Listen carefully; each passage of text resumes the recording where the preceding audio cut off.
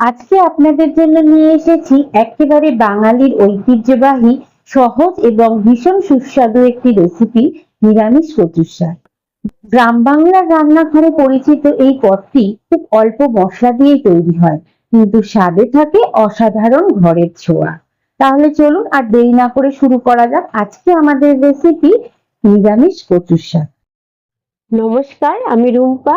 রান্নাঘরের স্বাদ কাহনের নতুন একটি পর্বে সবাইকে স্বাগত।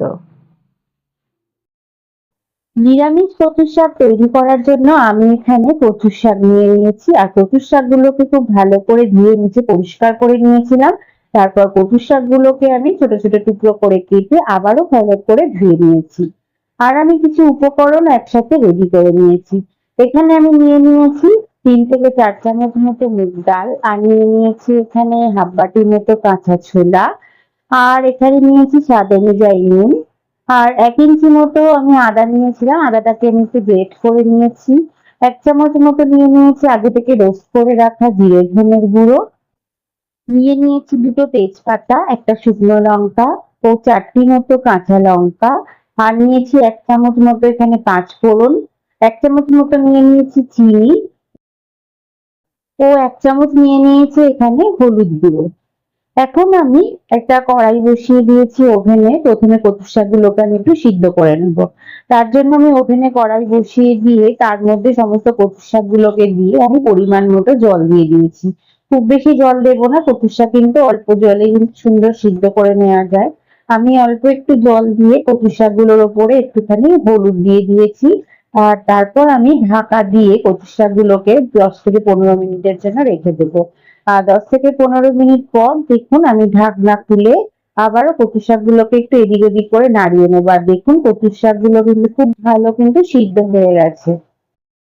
আর এই কচু শাকের জলগুলোকে একটা ঝাঁঝরি থালা নিয়ে নিয়েছি, সেই ঝাঁঝরি থালার নিচে একটা পাত্র নিয়ে নিয়েছিলাম। এখন আমি সমস্ত কচু শাকগুলোকে ঝাঁঝরি থালার উপরে দিয়ে খুব ভালো করে জলটাকে কিন্তু ঝারিয়ে নেব, যাতে কোনোভাবে কচু শাকগুলোর মধ্যে কোনো যাতে জল না থাকে। আর দেখুন আমি অন্তত 10 মিনিট সময় ধরে খুব ভালো করে চিপে চিপে সমস্ত জলগুলোকে কিন্তু বার করে দিয়েছি।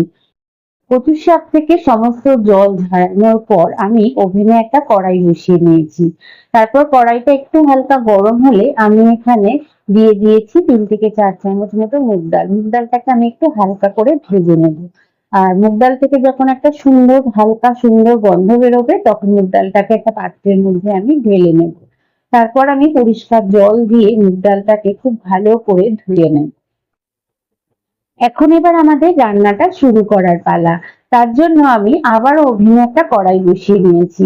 কড়াইটা একটু হালকা গরম হলে আমি এখানে 5 থেকে 6 চামচ মতো সর্ষের তেল দিয়ে দিয়েছি। তেলটাও গরম হয়ে গেলে একটা শুকনো লঙ্কা, 1 চামচ পাঁচফোড়ন আর 2টো তেজপাতা দিয়ে ফোড়নটাকে আমি একটু এদিক ওদিক করে নাড়িয়ে আমি এখানে হাফ বাটি মতো যে ছোলা নিয়েছিলাম সেই ছোলাগুলোকে দিয়ে দিয়েছি।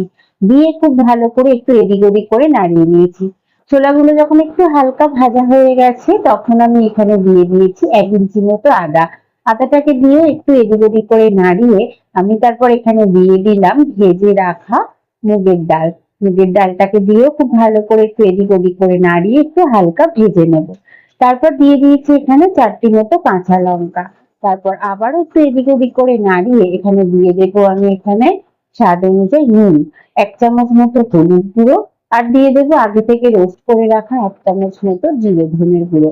তারপর সমস্ত মশলাগুলোকে খুব ভালো করে কষিয়ে নেওয়া হয়ে গেলে আমি এখানে দিয়ে দেব জল ঝারিয়ে রাখা সিদ্ধ করে রাখা কচুর শাকগুলোকে। তারপর খুব ভালো করে কচুর শাকগুলোকে সমস্ত মশলার সাথে মিশিয়ে নেব। আর এই রান্নাটা একটু সময় নিয়েই কিন্তু করতে হয়। আর কচুর শাকগুলো যত ভালোভাবে কচুর শাকগুলো মজবে ততই কিন্তু রান্নাটা খুব টেস্ট হবে। আমি একটু এদিক ওদিক করে নাড়িয়ে ঢাকা দিয়ে আবারও আমি 5-7 মিনিটের জন্য রেখে দিয়েছিলাম। 5-7 মিনিট পর আবার আমি ঢাকনা খুলে আবারও আমি কচুর শাকগুলোকে একটু এদিক ওদিক করে নাড়িয়ে নেব। এইভাবে আমি বারবার কিন্তু ঢাকা দিয়ে রান্নাটা করব। একটু একটু করে নাড়িয়ে আমি কচু শাকগুলোকে একটু ওলটপালট করে দিয়ে আবারও ঢাকা দিয়ে আমি কিছুক্ষণের জন্য রেখে দেবো। এইভাবে কিছুক্ষণ যাওয়ার পর আমি এখানে দিয়ে দিলাম 1 চামচ মতো চিনি। চিনিটাকে দিয়েও খুব ভালো করে কচুর শাকগুলোর সাথে মিশিয়ে দেব। তারপর আবারও আমি ঢাকা দিয়ে ৫-৭ মিনিটের জন্য রেখে দিয়েছি। ৫-৭ মিনিট পর ঢাকনা খুলে আবারও আমি একটু এদিক ওদিক করে কচুর শাকটাকে নাড়িয়ে নেব। আর দেখতে পাচ্ছেন আপনারা কচুর শাকের জলটা কিন্তু অনেকটাই মজে গেছে। আর এই সময় গ্যাসের ফ্লেমটাকে লো টু মিডিয়ামে দিয়ে আমি কিন্তু রান্নাটা করব। আর এইভাবেই কচুর শাকগুলোকে কিন্তু একদম শুকনো অবস্থায় নিয়ে আসতে হবে। আর যখন দেখবেন কচুর শাকগুলোকে এরকম কড়া থেকে আস্তে আস্তে তুলে নেওয়া যাচ্ছে, তখনই ভাববেন কিন্তু রান্নাটা হয়ে এসেছে। আমাদের নিরামিষ কচুর শাক কিন্তু একদম রেডি হয়ে গেছে। আর এটি গরম ভাতের সাথে খেতে কিন্তু লাগে অসাধারণ। আপনারা বাড়িতে অবশ্যই একবার এই রেসিপিটা ট্রাই করে দেখতে পারেন। তাহলে আমার আজকের রেসিপিটি কেমন লাগলো? ভালো লাগলে অবশ্যই আমাকে একটা কমেন্ট করে জানাবেন। সেই সঙ্গে লাইক, শেয়ার এবং আমার চ্যানেলে নতুন বন্ধু হয়ে থাকলে সাবস্ক্রাইব করার অনুরোধ রইল। এবং পাশে থাকা বেল আইকনটি প্রেস করে অল নোটিফিকেশনটি অন করে দেবেন। তাহলে আমি যখনই কোনো নতুন ভিডিও আপলোড করব তার প্রথম নোটিফিকেশনটি আপনার কাছে পৌঁছে যাবে। সবাই খুব ভালো থাকবেন, সুস্থ থাকবেন এবং পাশের মানুষকেও ভালো রাখার চেষ্টা করবেন। আবার খুব তাড়াতাড়ি ফিরে আসছি নতুন কোনো রেসিপি নিয়ে। ততক্ষণের জন্য সঙ্গে থাকুন এবং সঙ্গে রাখুন রান্নাঘরের স্বাদ কাহন।